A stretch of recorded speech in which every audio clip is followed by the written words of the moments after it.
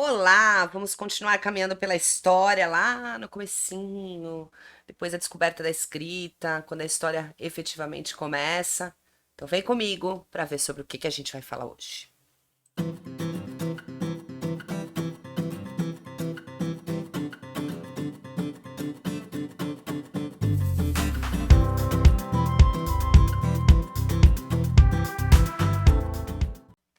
É isso aí. Fenícios, persas e hebreus. Então a gente já teve uma aula sobre Mesopotâmia, onde nós falamos dos principais povos e civilizações, principais não, das civilizações mesopotâmias, tá?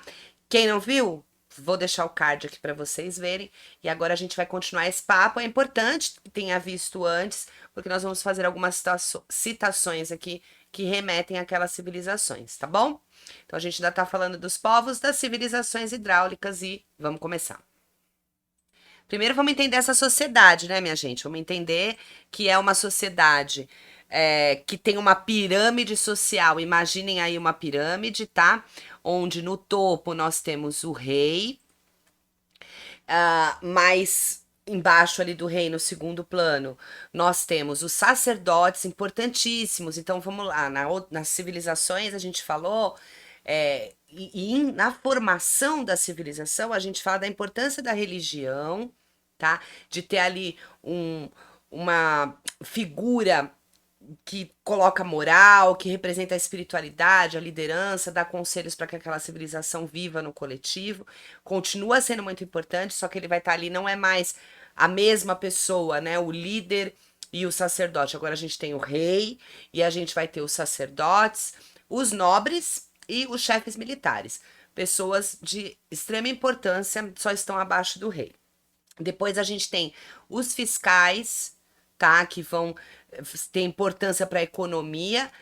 Os escribas, gente, lembrando que nessa época, muito dos reis, e isso vai se estender por muito tempo na antiguidade, não sabiam ler, tá? A gente tem até no período da Idade Média reis que não sabiam ler. Então, quem vai conduzi-los são as pessoas que sabem ler.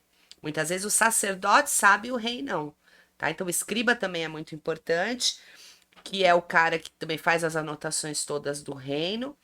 E os comerciantes, que vão gerar dinheiro para aquela economia, tá? Abaixo deles, ali na base da pirâmide social, quem sustenta todo o resto, os camponeses, principalmente porque é uma civilização agropecuária, e os artesãos, que são os que começam a colocar produtos para que esses comerciantes não só comercializem os produtos que vêm da terra, mas também culturais, né, transformados pela mão do homem. Abaixo da pirâmide, ou seja, não tem representação nenhuma naquela sociedade, embora seja muito importante para que ela funcione, estão os escravos. E aqui é muito importante a gente dizer que a gente ainda não tinha uma escravidão por etnia, tá? Ah, você é escravo porque a sua cor, a sua raça, muito entre aspas esse conceito, ela é inferior a nós. Nós tínhamos uma escravidão por conquista. Eu conquistei o seu território. Se eu deixar você permanecer como um camponês, um artesão, um comerciante, enfim, não importa o que você era antes nesse território, ou até um nobre, eu corro o risco de amanhã ou depois você se rebelar e tomar o território de mim de volta. Então você vai ser subjugado a escravo. Você não é um cidadão dessa sociedade, você é um escravo e você deve a mim tudo que você tiver para comer, a sua sobrevivência, né? Eu até te dou uma opção. Você pode escolher entre ser escravo ou morrer. Fica à vontade. Escolha sua, gato. Entendeu? Então era assim que as coisas funcionavam. Qual era a atividade econômica? Já falei várias vezes, sociedades hidráulicas vivem da irrigação das águas em torno, tá? Por isso muito importante os rios nessa concepção de civilização, com base agropecuária e o comércio de bens e serviços. Plantavam, colhiam os excedentes e criavam, né? Os bichinhos. Os excedentes faz o quê? Vende. Isso também vai gerar economia. Muito bem, nós vamos ter também a religião como fonte importante, e essas civilizações são politeístas, exceto os hebreus, tá? Mas são civilizações politeístas que acreditam em vários deuses e acreditam em augúrios e oráculos. Não só acreditam, como são conduzidos por eles. Que raio é isso? Vamos lá. Augúrios. Augúrios são sons, manifestações da natureza que têm o dom da premonição, de dizer que alguma coisa vai acontecer. Sinais da natureza que dizem que alguma coisa vai acontecer. Ainda existem pessoas que falam assim: não gosto quando a cigarra canta. Ela tá anunciando que alguém vai morrer. Eu acho só que ela anuncia a chuva, né? Mas já me disseram que também não, que não tem nada a ver com a temperatura. Fica aí pra biologia. Viu, Cris? Corre aqui. Mas tem pessoas que falam: ah, eu canto o final de um bicho, eu não sei, a mariposa, quando a mariposa aparece em casa é porque vai ter alguma notícia ruim, tá? Então eles Ops, alguém caiu. Eles acreditavam nesses augúrios.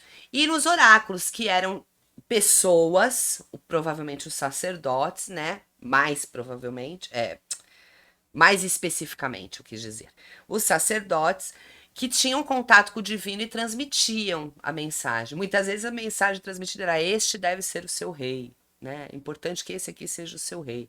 É interessante pensar nisso, porque os sacerdotes acabavam entrando na área política ali, né?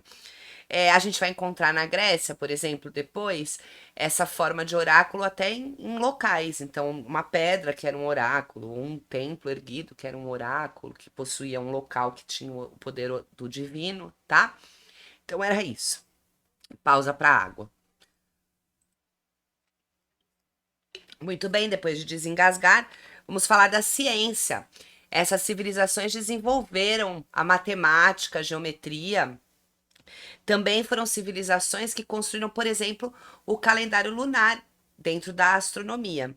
E medicamentos, civilizações que ainda faziam experiências com o corpo. Isso vai ser cortado na Idade Média, tá? Não pode mexer com o corpo humano que é sagrado. É profanar o divino. Mas até aqui ainda faziam experiências com o corpo humano, experimentavam ervas, tal, que vão dar origem a medicamentos, tá bom? Agora vamos ver quais são essas civilizações. Muito bem, começamos pelos fenícios, é um povo do mar, um povo litorâneo, tá, gente? Que vai ter toda a sua estrutura baseada nisso, em ser um povo do mar, tá? Se, se localizava no mar Mediterrâneo, principalmente na Ásia Menor, onde hoje a gente encontra o Líbano, tá? Também era composto por cidades-estados, falamos disso lá na Mesopotâmia, nos povos antigos do Oriente Médio, corre lá, já deixei tag, não falo nada. Cidades-estados, ou seja, não era um reino constituído, tinham vários núcleos de poder, tá? O poder era descentralizado. Perdão, foi a água. Como se fossem vários reinos que formavam esse povoado, essa civilização. Vou dar o exemplo de um, por exemplo. Ali na África, perto de onde a gente encontra a Tunísia, hoje tinha Cartago, né? Importante. Cartago Fenício, tô falando, tá? Importante cidade-estado deles. Bom, talassocracia. Adoro nomezinhos para cachorro, né? Vem cá, Tala. Cachorra, no caso. Um governo do mar, tá? Cracia, poder, o poder que vem do mar, tá? Então, as elites que comandavam, os líderes que comandavam, eram elites marítimas. O que quer dizer isso? Quanto mais você era um comerciante poderoso e chegava a mais locais, desenvolvia melhor o comércio com outras localidades, né? Quanto maior a sua conhecimento de navegação do mar, mais poder você tinha, mais elite você era, mais chance de governar a cidade-estado, tá bom? Grande legado dos fenícios, alfabeto fonético, tá bom? Um desenho é um som. Lembra que a gente falou lá dos sumérios, quando a escrita começou, do alfabeto cuneiforme, né? Da escrita cuneiforme, aliás. Aqui a gente tem um alfabeto muito parecido com o nosso, que nós usamos hoje. Dá uma gulgada, procura lá alfabeto fenício, e aí cada som não é cada ideia mais. Antes no cuneiforme era cada ideia era uma imagem. Isso podia mudar a simbologia, o entendimento. Agora, cada som é um símbolo, né? Então, A, B, tem um símbolo. E aí você vai, conforme você fala, você vai constituindo uma palavra e vai usando esses símbolos para expressar. O que ficou mais fácil e de maior alcance. Ok? Vamos para os persas. Muito bem, a Pérsia ficava na região do atual Irã, né, no Oriente Médio, um vasto império. Eles dominaram o Egito, eles dominaram a Mesopotâmia, tá?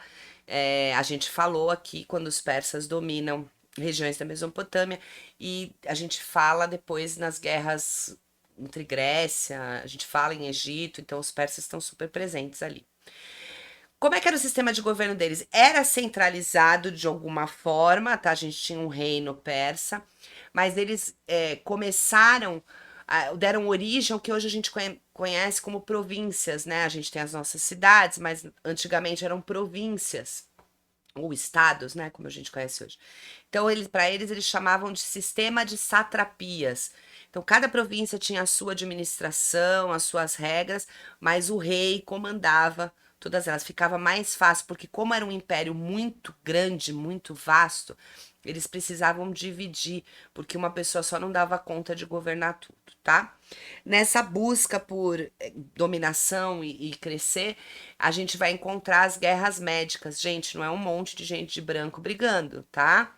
E de estetoscópio, batendo estetoscópio no outro. Existia um povo que se chamava os Medos. A gente volta a eles também quando for estudar a Grécia, para vocês entenderem melhor. E essas guerras envolviam os povos Medos ou os povos gregos, né? Contra a Pérsia, né? Medos, helenos, gregos contra a Pérsia. Também ficou conhecida como Guerra Greco-Pérsica, que durou de 490 a 448. E aí, essa guerra era pelo domínio do Mar Egeu e os persas perdem o domínio do Mar Egeu, mas era muito importante ter esse domínio para continuar prosperando. Então, eles vão dar uma segurada aí. Outra coisa importante dos persas, duas coisas importantes, uma cunhagem de moedas. A gente vai ter moedas em outros lugares, não com a precisão e muito mais parecida com a forma que a gente utiliza o dinheiro hoje. Isso começa com os persas, tá? Por que isso é importante? Porque isso permite que eles comercializem com muito mais civilizações, com outras pessoas, essa troca. Antes da moeda, a gente tinha o escambo, né? Eu te dou, sei lá, 2 sacos de arroz e você me dá duas ovelhas. Só que aí eu cheguei com o saco de arroz. Você chegou com as ovelhas e o meu arroz ainda não foi colhido. Aí eu te dou um recibinho lá, depois não vale mais nada, não tem a cor da palavra, da barba do bigode, que a gente fala, do fio do bigode, da barba do bigode, do fio do bigode. A moeda não. Ah, você não tem o arroz para me dar? Então vale 20 moedas as minhas ovelhas. Então, tu dou 20 moedas, quando tiver o arroz eu vendo e recupero as 20 moedas, tá? E a religião dualista. Até então a gente estava falando sobre politeísmo, várias religiões. Os persas, eles vão acreditar que existem dois deuses, o deus do bem e o deus do mal. E isso vai ser pregado por um profeta chamado Zoroastro, tá? Oh, desculpa, a religião se chama religião do Zoroastro. O profeta se chama Zaratustra. E é um nome interessante que depois vai ser usado por Nietzsche. Nietzsche tem um livro chamado Assim Falou Zaratustra, que fala justamente sobre o bem e o mal, os limites além do bem e do mal. Só por curiosidade, citando aqui. Mas essa religião ela é importante para os hebreus. Ela vai dar o start do monoteísmo hebreu, né? De dizer que não são muitos deuses. Existe um Deus maior, que é o Deus do bem, que nos faz bons, e aquela energia ruim que no catolicismo vai se denominar demônio, inferno, diabo, que nos tenta a não seguir o bom Deus, tá? Falando neles, vamos para os hebreus. Muito bem, os judeus, os povos de Judá, também conhecido como hebreus, tá? Tem a sua origem na Mesopotâmia. Lembra que quando a gente estava falando de Mesopotâmia no outro vídeo, eu falei para vocês, ó, grava aqui Ur e Uruk, que são cidades-estados sumérias, que é importante, porque Ur e Uruk é a terra de Abraão, o pai dos judeus, né? O primeiro descendente, tá? Região após o sedentarismo, depois eles serem originados ali em Ur e Uruk, Vão haver vários problemas, eu já vou relatar, mas a gente vai falar que eles vão se colocar no Vale do Rio Jordão e em Canaã, na Palestina, que é conhecido como a Terra Prometida, tá? Hoje, Israel, Palestina e um pedaço da Síria.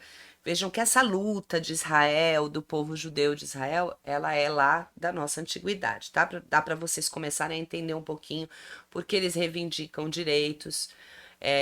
E essa, agora novamente, eu tô aqui gravando esse vídeo em 2021, maio de 2021, a gente tem um novo confronto Palestina e Israel. Ou Israel e Palestina, vamos colocar ninguém em primeiro plano, porque eu não tô aqui para defender ninguém. Não neste momento. Mas é importante falar o que aconteceu com esses judeus, né? Então, para eles, eles tinham lá a sociedade tribal deles, eles tinham lá essa sociedade, fiquei grandona aqui para explicar melhor, que era importante, é importante frisar dessa sociedade, que não, eles não eram completamente unidos, nem completamente sedentários, tá? Eles eram pastores, principalmente pecuaristas, e andavam de uma região para outra. Mas quando a coisa pegava, né, quando alguém tentava usar o território ali que eles usavam, eles se uniam. Então eles se uniam toda vez que precisavam tomar uma decisão ou toda vez que eles precisavam lutar contra alguém, tá? E se estabeleciam. Na segunda, essa fase que eu citei agora foi a primeira. Na segunda fase, a gente vai ter a fase dos reis, que são líderes que vão ver, olha, a gente está sendo muito atacado, a gente precisa decidir o nosso território e precisa ter lideranças para nos guiar. Então, os principais líderes vão ser Saul, Davi e Salomão, tá?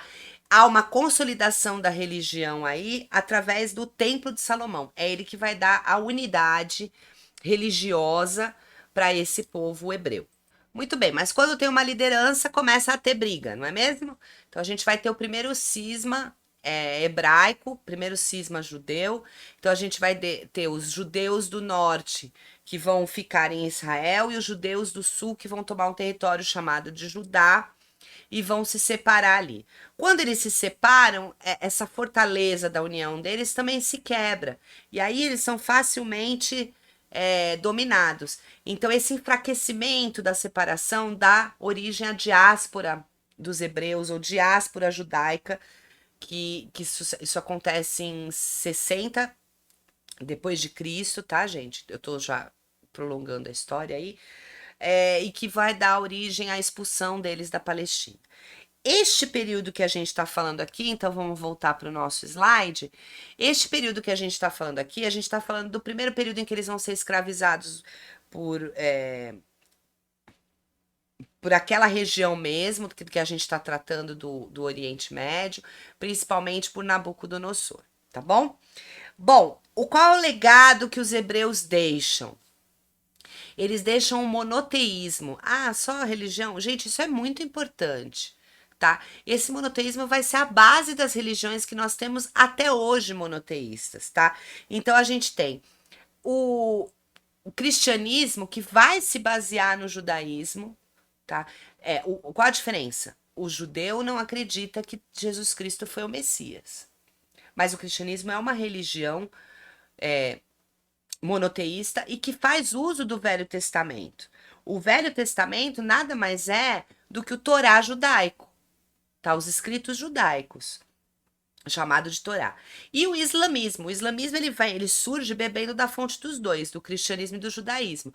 Segundo o profeta Maomé, Alá aparece para ele e diz: olha, nenhuma das duas religiões tão completas, então nós vamos fundar uma outra completa, que é o islamismo, tá? Então a gente vai ter o Deus Javé, que é Jesus para os cristãos, o Antigo Testamento, que é o Torá dos judeus para os cristãos, e o islamismo, que nada mais é, Islã significa submisso, né? É o movimento de ser submisso. Submisso a quem? A Alá.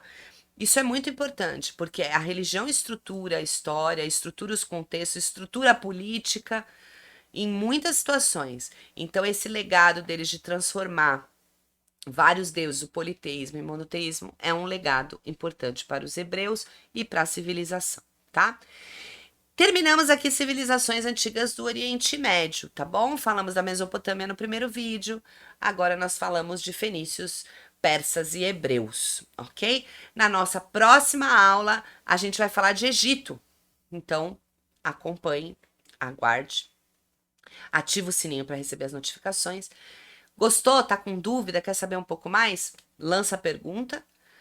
E se gostou mesmo, tá satisfeito, falei o que você queria ouvir, entendeu? Curte, compartilha, porque aí você tá me dizendo que deu certo, tá bom? Até o próximo vídeo. Fiquei bem.